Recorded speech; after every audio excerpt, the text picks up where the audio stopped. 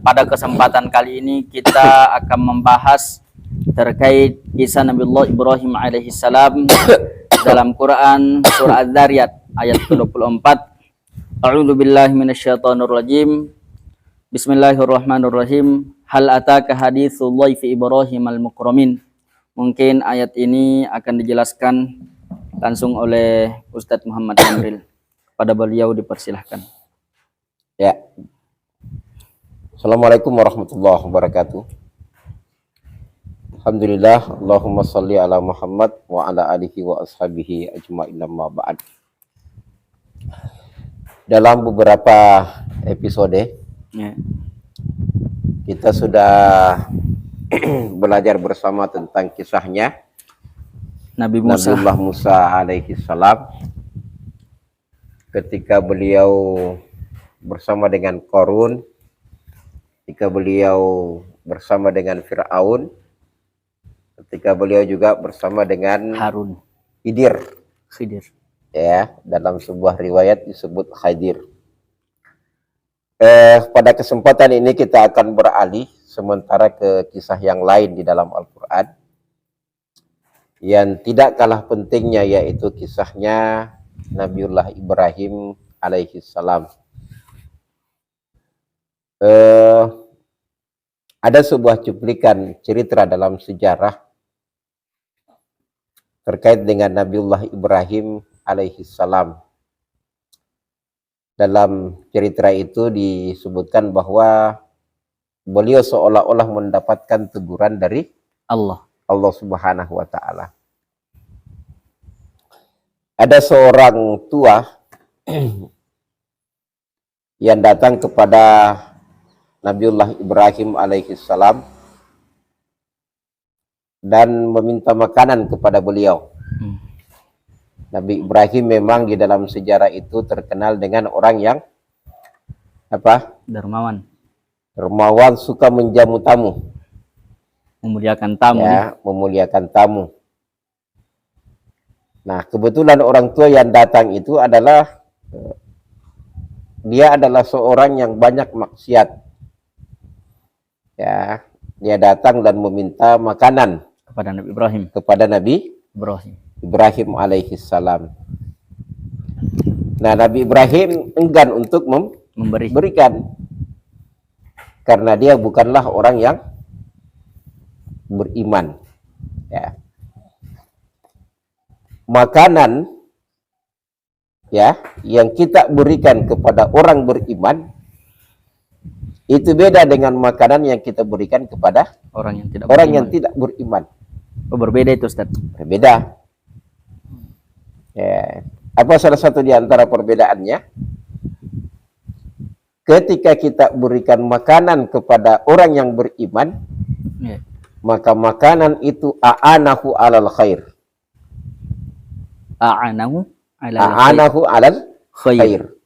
Makanan itu akan membantunya berbuat kebaikan, maka kita juga memperoleh kebaikan. Oh, berbeda dengan orang yang kafir ini. Tetapi kalau orang yang bermaksiat yang kita beri makanan, maka engkau telah membantu dia dalam kekafirannya untuk berbuat maksiat. Kira-kira itu yang menjadi landasan Ibrahim dan dasar Nabi Ibrahim, sehingga dia tidak memberikan makanan kepada orang yang kafir itu. Tetapi kita ini di dalam Al-Quran disebutkan wa ahsin kama ahsanallahu ilaik. Apa artinya wa ahsin?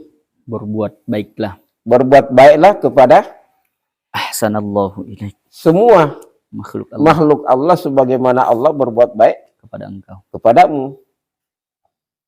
Nah, Allah itu ternyata dia berbuat baik kepada seluruh makhluknya tanpa membedakan dia beriman atau tidak. Nah, jadi Nabi Ibrahim ditanya oleh Allah, ya, kenapa engkau tidak memberikan? Nabi Ibrahim berkata, karena dia tidak beriman. Dia itu orang yang bermaksiat. Nah, Allah menegur dengan kata-katanya kepada Nabi Ibrahim, coba lihat orang itu sudah tua atau tidak? sudah tua. Nah, siapa yang memberikan kepadanya makanan sampai tua, ya, sehingga dia masih bisa ya, dan masih sehat sampai saat ini. Nah, Allah Subhanahu wa taala.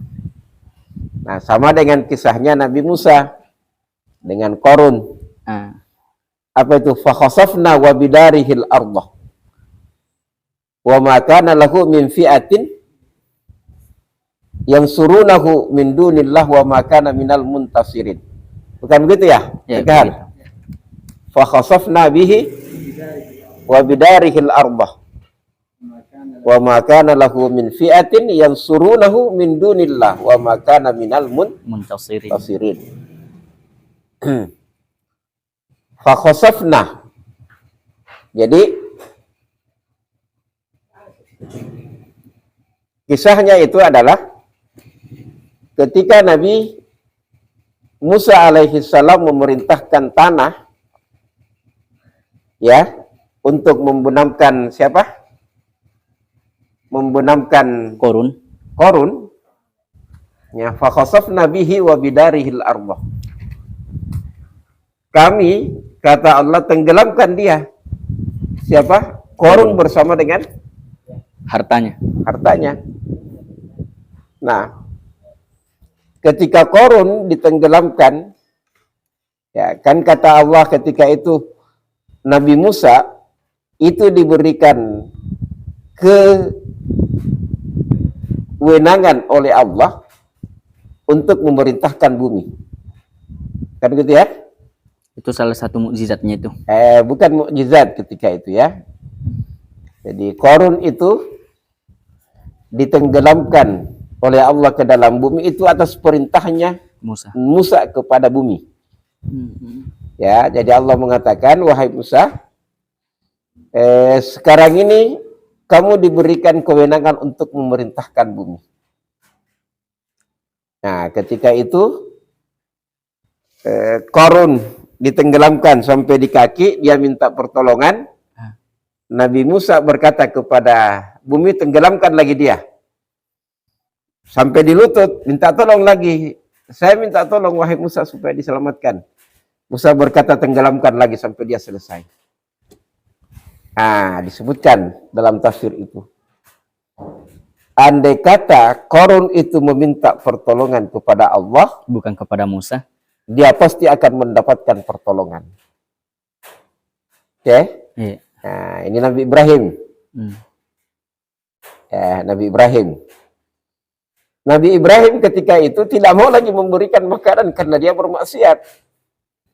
Allah katakan, saya ini wahai Musa, tetap memberikan kepada orang itu makanan semenjak kecil sampai sekarang, padahal dia terus melakukan maksiat. Ya. Jadi, terkait dengan ini, ada hadis. Apa itu? Inna Allaha akhfa salasan fi salasin. Sesungguhnya Allah itu menyembunyikan 3 hal dalam 3 hal. Gimana itu, Ustaz? Menyembunyikan 3 hal dalam 3 hal? Gimana kira-kira? Ya. Akhfa ghadabahu fi maksiyatihi.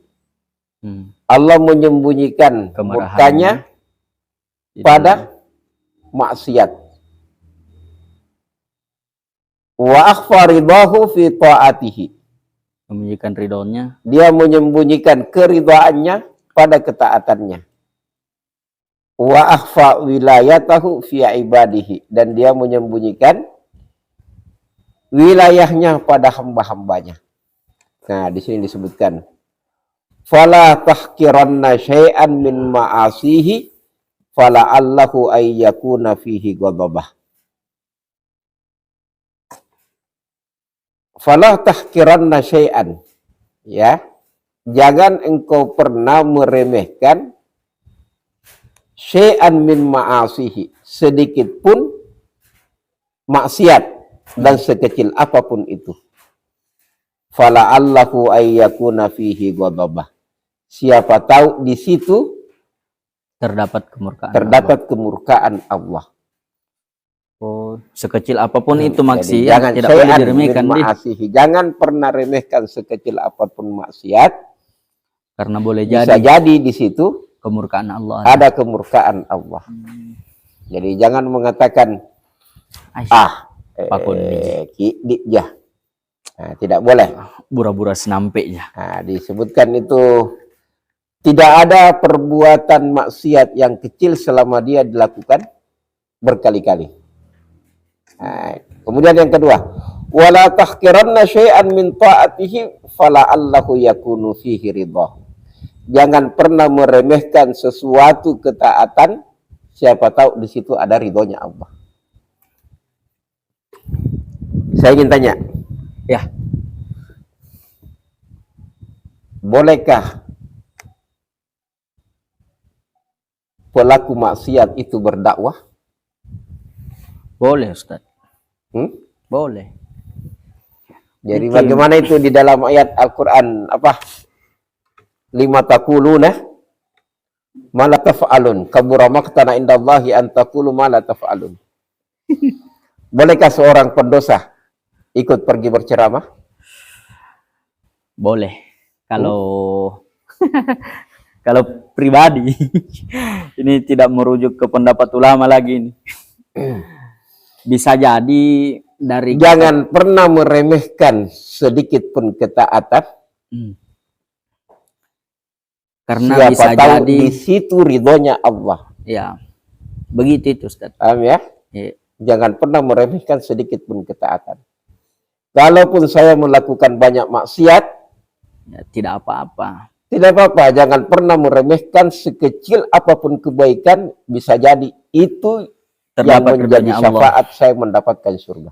Ya, Oke? iya. Jadi jangan pernah meremehkan. Sebanyak apapun kesalahannya orang, tetapi dia masih melakukan kebaikan-kebaikan yang kamu hitung. Gimana Tapi sekarang itu terkadang berbeda Ustaz Nah. konsepnya. Biasa orang itu melihat di keburukan saja. Nah, jadi kita lihat ini ya. Saya tidak melihat orang. La tahqiranna syai'an min ta'atihi fala'allahu yakunu fihi ridha. Jangan pernah meremehkan Orang. ketaatan sedikit apapun dan sekecil apapun. Bisa jadi itu yang akan memberikan syafaatmu nanti di akhirat. Ya. Luar Ya. biasa ini pelajarannya Ustaz. Nah, bisa jadi juga ada orang yang melakukan banyak kebaikan. Sedikit maksiat yang dia lakukan. Nah, tetapi bisa jadi Di maksiat itu yang sedikit. kebaikan yang dia lakukan yang banyak itu tidak ada yang diterima oleh Allah. Ya, jadi jangan pernah meremehkan manusia bagaimanapun keadaannya. Oke? Iya. Wala tahqiranna ahadan min khalqillah. Jangan pernah meremehkan seorang pun dari makhluk Allah. Oke? Fala allahu ayyakuna waliyan min awliyaihi. Siapa tahu dia itu adalah walinya Allah. Walinya Allah dari wali lain. Coba siapa yang menyangka Umar sehebat itu? Apa pesan Nabi kepadanya? Kalau kamu ketemu dengan Wais Al-Qarni, apa kata Nabi kepada Umar? Mintalah supaya didoakan olehnya. Setan pun takut kepada Umar. Tetapi kenapa terkait dengan doa Umar disuruh? Minta kepada Wais Al-Qarni. Nah, jadi itu salah satu di antara kisah besar ya.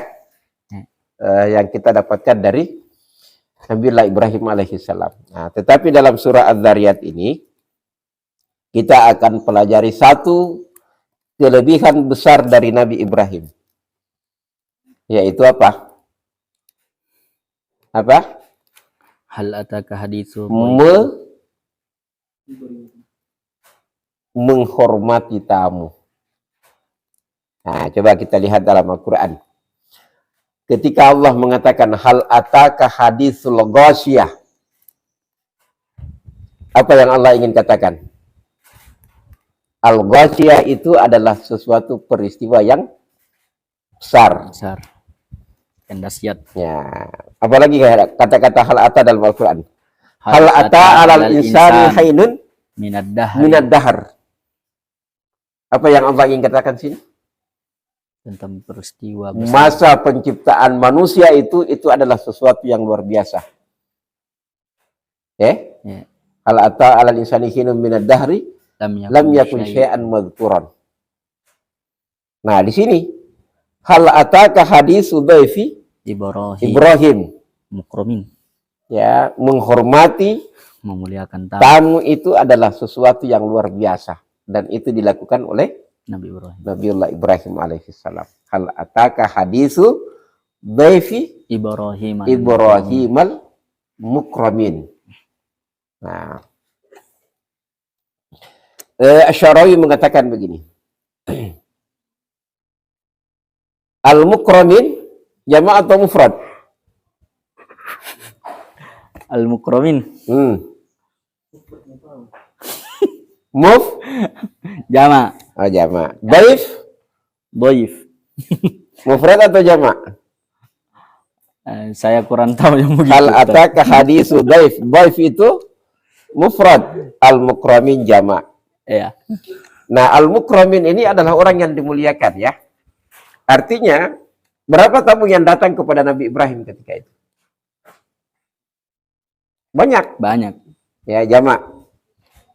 Tetapi Allah mengucapkan dhaif. Ya, kenapa? Nah, Asy-Syarawi mengatakan salah satu di antara rahasianya adalah apa? Orang itu ketika datang tamu ke rumahnya, ya, satu pun yang datang itu sama dengan banyak. Nah, artinya semuanya harus kita cintai, semuanya harus kita muliakan, semuanya harus kita hormati. Siapapun tamunya itu. Siapapun, dan jangan melihat satu atau dua orang.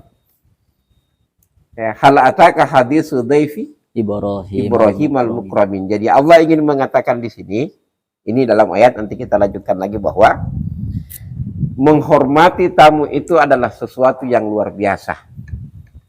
Ya, bahkan dikatakan dalam hadis apa? Man kana yu'minu billahi wal yawmil akhir falyukrim dhaifahu. Siapa yang beriman kepada Allah dan hari kemudian, muliakan tamunya. Apa yang dimaksud memuliakan? Menjamu dengan betul. Menjamu dengan betul. Jangan melakukan sesuatu yang membuat tamu itu tersinggung. Jangan membuat sesuatu yang membuat tamu itu merasa tidak enak. Ya, makanya salah satu konsep yang kita harus ciptakan dalam lingkup pesantren kita adalah ikramud duyuf. Ya, apa salah satu buktinya? Kita siapkan rumah singgah. Salah satu buktinya yang lain, dan ini menjadi kewajiban dan perhatian seluruh penghuni pesantren, adalah yakinkan bahwa pesantren kita selalu dalam keadaan bersih. Ya, selalu dalam keadaan bersih.